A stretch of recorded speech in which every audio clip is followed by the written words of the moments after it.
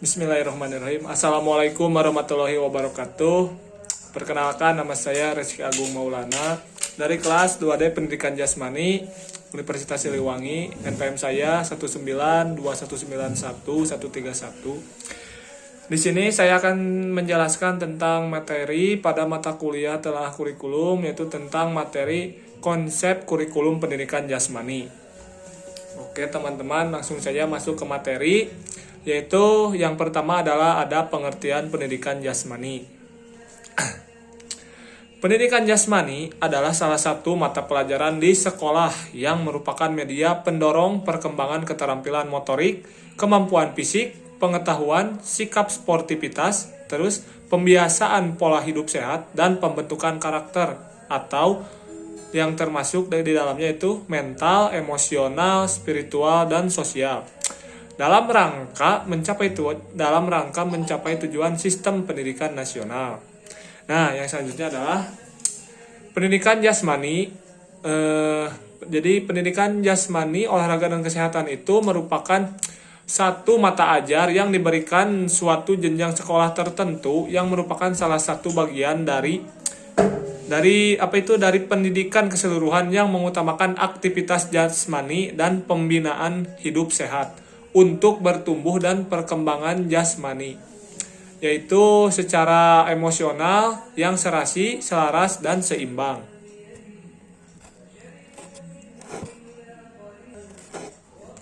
Nah, materi yang selanjutnya adalah asumsi dasar program pendidikan jasmani. Asumsi dasar program pendidikan jasmani merupakan pijakan yang kokoh yang dapat dipertanggungjawabkan dalam membuat dan menyelenggarakan program penjas, yaitu menurut Adang Suherman pada tahun 2000. Jadi ada tiga asumsi dasar program penjas, yaitu meliputi yang pertama, program pendidikan jasmani dan program olahraga mempunyai tujuan yang berbeda. Pembuatan program olahraga terutama ditujukan untuk mereka yang betul-betul mempunyai keinginan atau tertarik untuk mengkhususkan diri pada salah satu beberapa cabang olahraga dan berkeinginan untuk memperbaiki kemampuannya agar dapat berkompetisi dengan orang lain yang mempunyai keinginan dan minat yang sama pula. Nah, yang selanjutnya adalah yang kedua, anak-anak bukanlah miniatur orang dewasa. Jadi, kemampuan dan kebutuhan serta perhatian dan minat anak-anak berbeda dari kemampuan dan kebutuhan orang dewasa. Oleh karena itu, sudah barang tentu kurang cocok apabila pembelajaran dikonotasikan seperti menuangkan air dari gelas yang satu ke gelas yang lainnya. Atau para guru cukup dengan memberikan program aktivitas jasmani atau olahraga yang untuk orang dewasa itu kepada anak-anak itu jadi konotasinya itu tidak cocok. Anak-anak membutuhkan program yang secara khusus dibuat dan sesuai dengan minat, kemampuan, dan kebutuhannya. Nah, yang selanjutnya adalah asumsi yang ketiga adalah anak-anak yang kita ajar sekarang tidak akan menjadi dewasa pada kehidupan sekarang. Nah, para pendidik mempunyai tantangan yang cukup besar dalam mempersiapkan anak didik di masa yang akan datang, yang belum bisa didefinisikan dan belum dimengerti secara jelas. Atau paling tidak dalam berbagai aspek, dunia tersebut mungkin akan sangat berbeda dengan dunia yang sekarang. Program pendidikan jasmani yang ada sekarang berusaha memperkenalkan anak didik pada dunia yang ada sekarang dan juga sekaligus mempersiapkan anak didik untuk hidup dalam dunia yang belum pasti di masa yang akan datang. Nah, teman-teman, setelah tadi materi tentang asumsi pendidikan jasmani, kita masuk ke materi tentang karakteristik program pendidikan jasmani. Nah, jadi program dan penyelenggaraan pendidikan jasmani hendaklah mencerminkan anggapan tersebut. Dua pedoman yang sering digunakan yaitu adalah developmentally appropriate practice atau DAP. Nah, yang kedua adalah instructionally appropriate Practice, yaitu IAP, yang sering disingkat IAP. Nah, yang pertama adalah DAP. Nah, DAP tugasnya itu adalah tugas ajar yang dapat memperhatikan perubahan kemampuan anak dan tugas ajar yang dapat membantu mendorong perubahan tersebut harus sesuai dengan tingkat perkembangan anak didik yang sedang belajar. Nah, tugas ajar yang sesuai tugas ajar yang sesuai itu harus mengakomodasi setiap perubahan dan perbedaan karakteristik setiap individu serta mendorongnya ke arah perubahan yang lebih baik.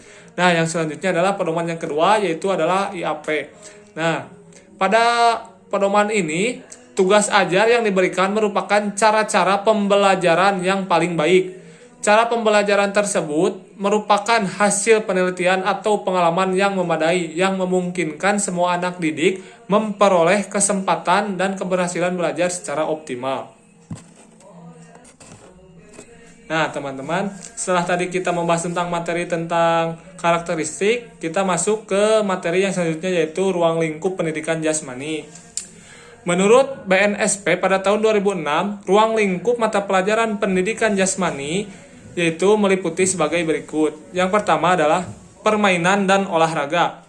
Meliputi olahraga tradisional, permainan eksplorasi gerak, keterampilan lokomotor dan non-lokomotor, dan manipulatif. Terus ada atletik, kasti, ronde, sepak bola, bola basket, bola voli, tenis meja, tenis lapangan, bulu tangkis, dan berbagai bela diri serta aktivitas lainnya. Yang selanjutnya adalah aktivitas pengembangan, meliputi seperti mekanika sikap hidup, komponen kebugaran jasmani, dan bentuk postur tubuh serta aktivitas lainnya. Yang selanjutnya adalah aktivitas senam, meliputi ketangkasan sederhana, ketangkasan tanpa alat, ketangkasan dengan alat, dan senam lantai serta aktivitas yang lainnya.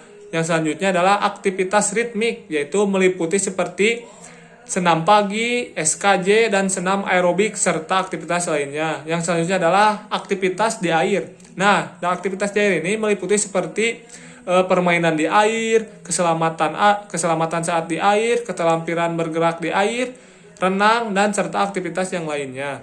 Yang selanjutnya adalah pendidikan luar sekolah, meliputi seperti piknik atau karya wisata, pengenalan lingkungan, berkemah, menjelajah, dan yang terakhir itu mendaki gunung atau camping ya. Yang selanjutnya adalah yang terakhir mungkin meliputi ruang lingkup itu seperti yang terakhir adalah kesehatan. Nah, dalam kesehatan ini meliputi sebagai berikut, yaitu penanaman budaya hidup sehat dalam kehidupan sehari-hari, khususnya yang terkait dengan perawatan tubuh agar tetap sehat. Merawat lingkungan, jadi selain merawat tubuh atau diri sendiri, kita juga harus merawat lingkungan yang sehat, memilih makanan dan minuman yang sehat, mencegah dan merawat cedera, mengatur waktu istirahat yang tepat, dan berperan aktif dalam kegiatan P3K atau UKS.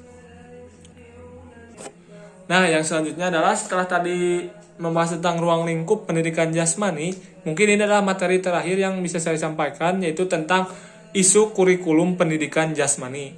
Nah, yang pertama itu isu dalam pendidikan jasmani adalah isu program. Nah, isu program atau materi atau bahan ajar yang banyak yang ada dalam kurikulum terlalu sulit untuk dilaksanakan dengan alokasi waktu yang hanya 1 minggu 1 kali. Nah, sehingga kegiatan belajar mengajar hanya untuk mengembangkan aspek keterampilan gerak atau psikomotor. Jadi yang termasuk itu adalah guru memaksakan diri mengajar olahraga. Yang kedua, berpegang teguh pada penguasaan keterampilan olahraga. Yang ketiga adalah kurang memperhatikan tujuan pembelajaran yang bersifat afeksi.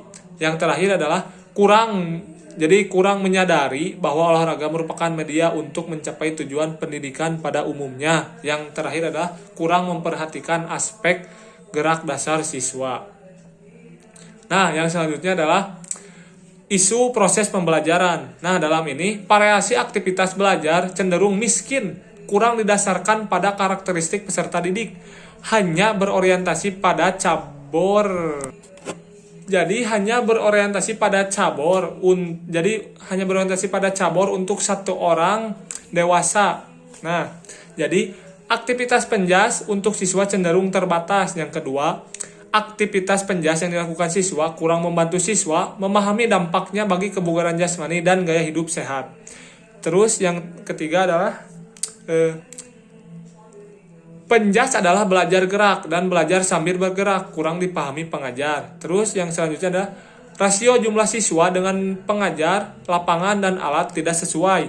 Yang terakhir adalah pengembangan aspek afektif kurang mendapat perhatian. Nah, yang selanjutnya adalah isu penilaian. Nah, dalam isu penilaian ini, yang pertama itu, pelaksanaan evaluasi belum begitu tampak terintegrasi dalam sebuah proses belajar mengajar. Yang selanjutnya adalah materi evaluasi. Jadi materi evaluasi itu kognitif kurang relevan dengan materi yang diberikan di dalam KBM. Yang selanjutnya adalah situasi pelaksanaan evaluasi terkadang merugikan siswa karena guru tidak menciptakan lingkungan kelas yang positif. Yang selanjutnya adalah alokasi waktu PBE. Jadi alokasi waktu PBE sangat terbatas untuk dilaksanakannya pengetesan atau sebuah ujian. Yang selanjutnya adalah evaluasi hanya dapat dilakukan oleh ahli statistik. Nah, yang selanjutnya adalah isu jumlah dan karakteristik siswa. Jadi dalam isu ini jumlah siswa yang sangat banyak. Jadi jumlah siswa itu sangat banyak dengan kelas paralel dengan karakteristik yang heterogen. Yang selanjutnya adalah isu sarana dan prasarana pendidikan jasmani. Dalam isu ini meliputi peralatan, ruangan, dan lahan untuk melakukan aktivitas penjas masih sangat kurang atau tidak memadai. Yang selanjutnya adalah isu keberhasilan penjas, yaitu efektivitas penyelenggaraan kurikulum penjas masih tergolong rendah. Jadi penafsiran mutu programnya itu masih bersifat samar atau cenderung lokal, belum menyeluruh. Jadi kualitas lulusan yang diharapkan, jadi dalam aspek ini kualitas lulusan yang diharapkan adalah yang pertama, memiliki berbagai keterampilan penting untuk melakukan berbagai macam kegiatan fisik. Yang kedua, bugar secara fisik. Yang ketiga, berpartisipasi secara teratur dalam aktivitas fisik. Yang keempat adalah mengetahui akibat dan manfaat dari keterlibatannya dalam kegiatan jasmani. Yang terakhir adalah menghargai aktivitas jasmani dan kontribusinya terhadap gaya hidup sehat.